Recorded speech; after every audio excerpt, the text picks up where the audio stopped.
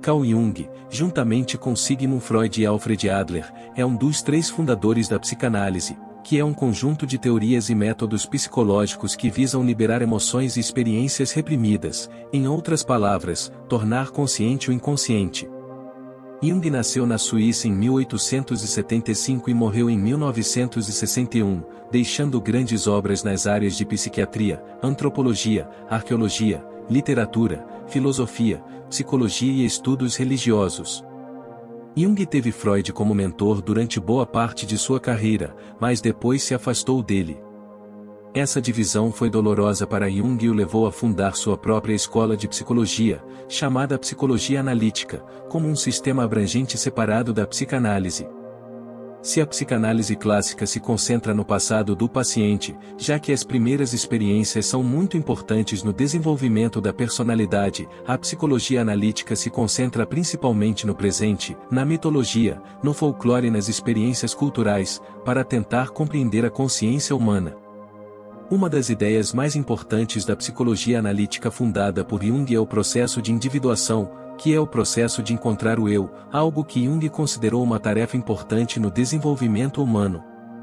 Embora não tenha formulado uma filosofia sistemática, ele é, no entanto, considerado um filósofo sofisticado, sua escola de pensamento apelidada de filosofia junguiana. Seus conceitos podem ser aplicados a muitos tópicos abordados nas ciências humanas e sociais.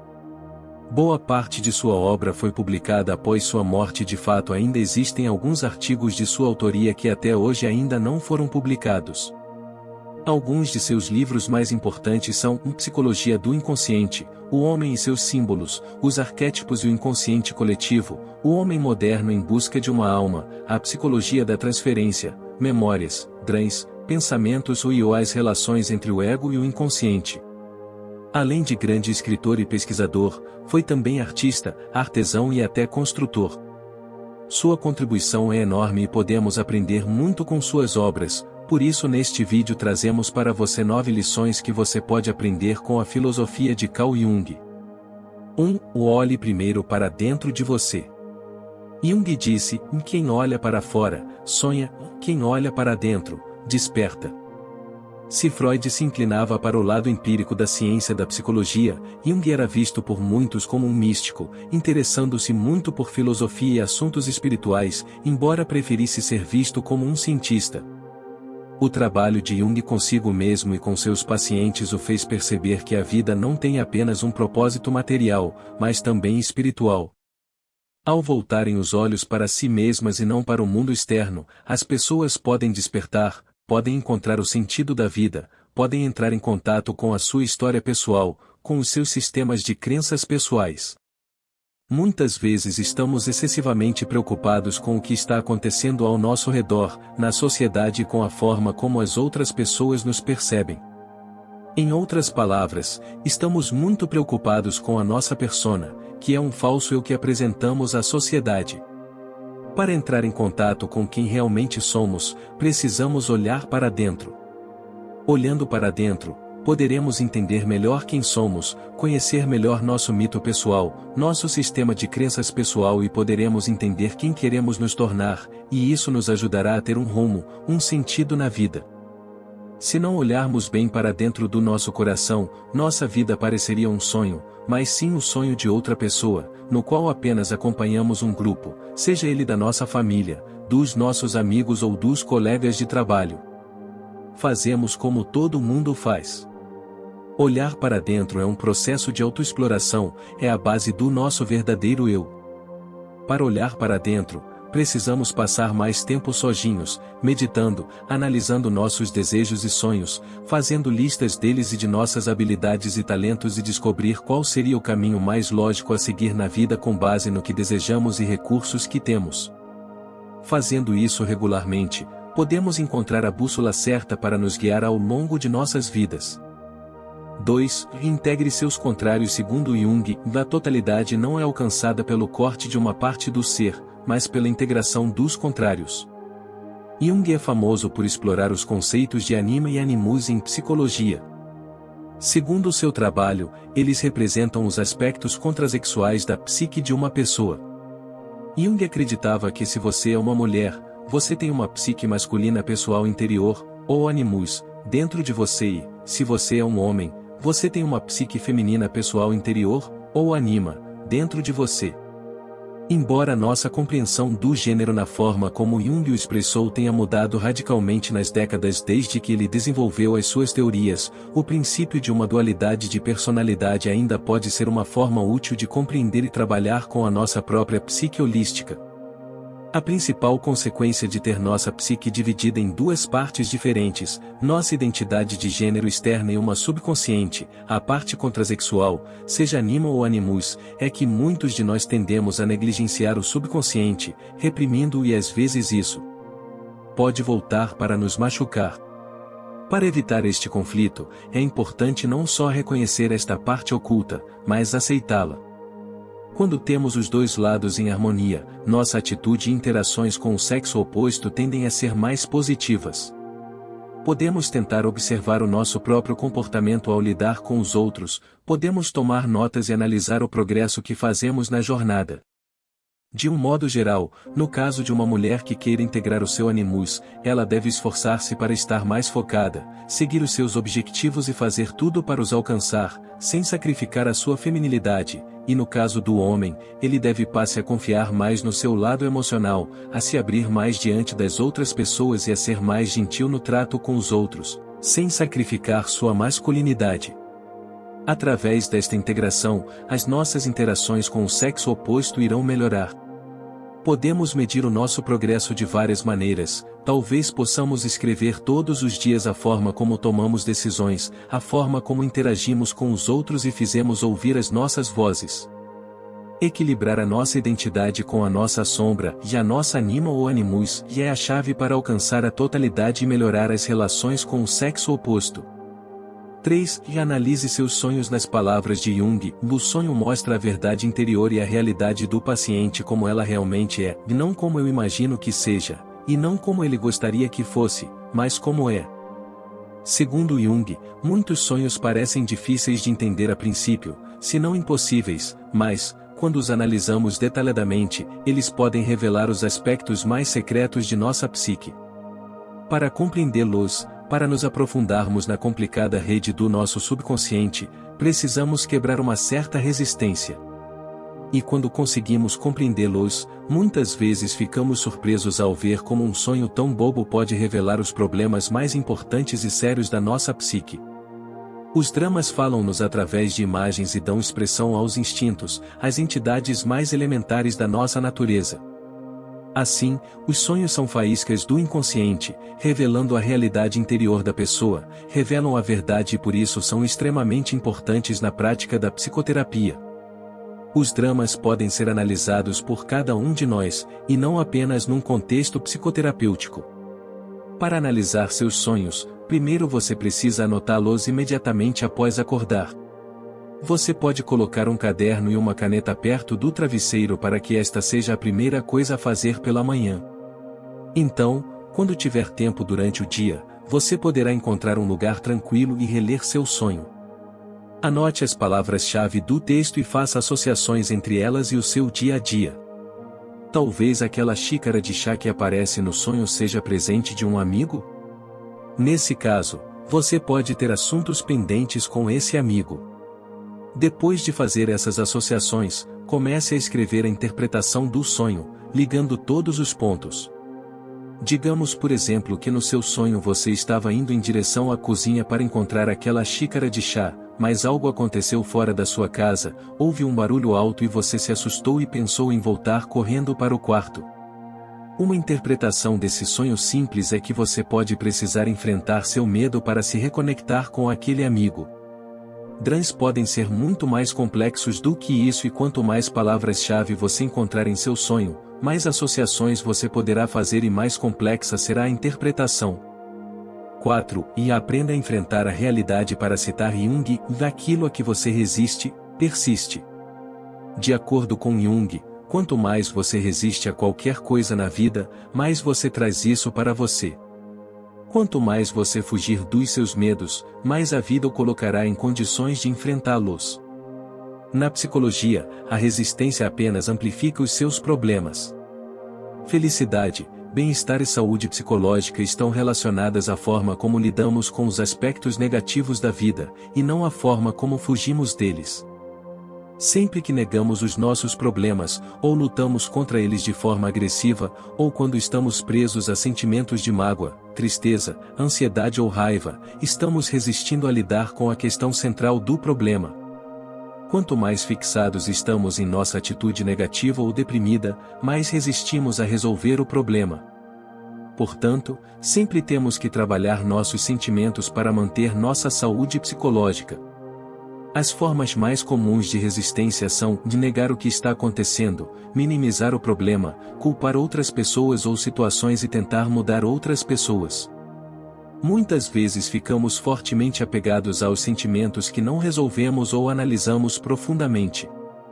Para resolver um problema, precisamos primeiro aceitar que temos esse problema. Abandonar a luta e aceitar a realidade como ela é o primeiro passo. Por exemplo, imagine que você está lutando para continuar no trabalho, seu relacionamento com seu chefe está pior do que nunca e você ainda precisa pagar a hipoteca de sua casa.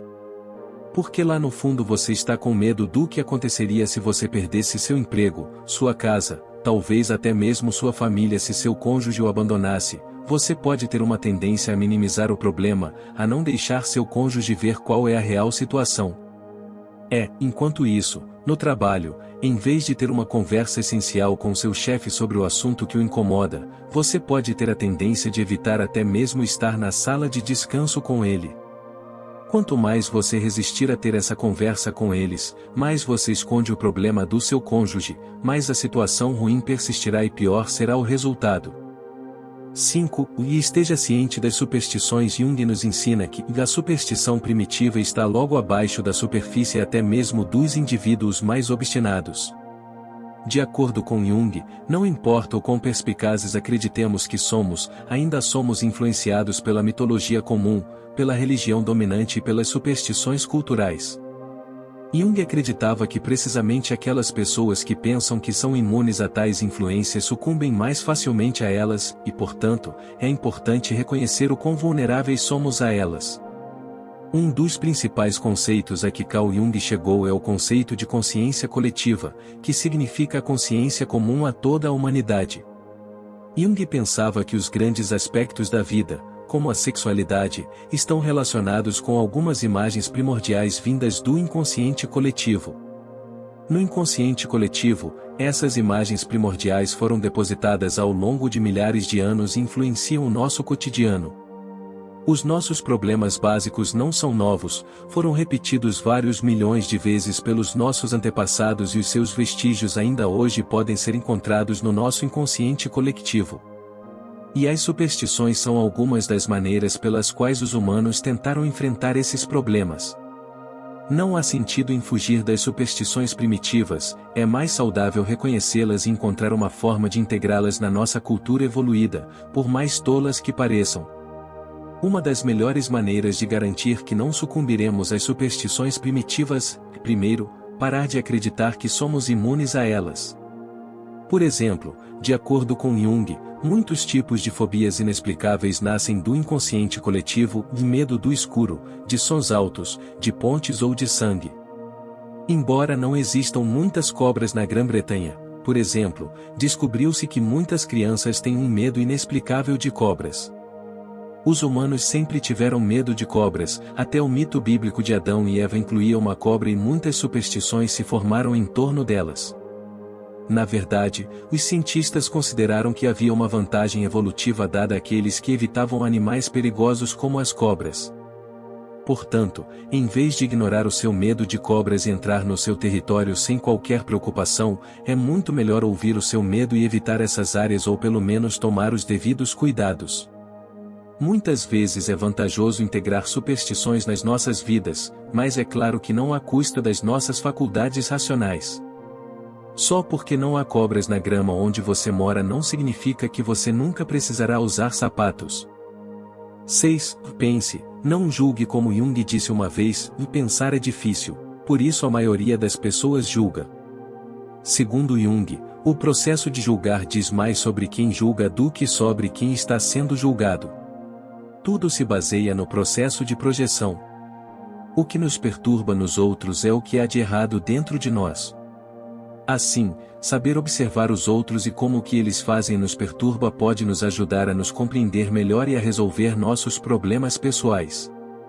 Além disso, é uma questão de demonstrar empatia para não julgar as outras pessoas e é mais moral pensar antes de abrir a boca para criticar alguém. Como diz o velho ditado, não julgue alguém até que você esteja 1 quilômetro no lugar dele. Existe uma linha tênue entre ser sincero e julgar. Ser honesto demais e não filtrar seus pensamentos antes de falar pode levar você a cometer o erro de reagir rápido demais, julgando as pessoas injustamente porque não passou por todos os detalhes de suas vidas para entendê-las primeiro. Portanto, tome cuidado para não ser muito honesto e rápido demais.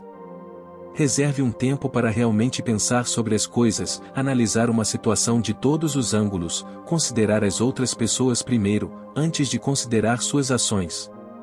Por exemplo, se você tem um assistente no trabalho cujo trabalho se tornou visivelmente e incomumente desleixado nas últimas semanas. Em vez de apressá-los, criticando agressivamente seus erros, tenha uma breve conversa com eles, pergunte por que estão se comportando assim, o que aconteceu ou mudou recentemente e como seu problema pode ser resolvido. Uma simples conversa pode salvar relacionamentos profissionais e pessoais. 7. Evite o orgulho excessivo. Jung nos diz que através do orgulho estamos sempre enganando a nós mesmos.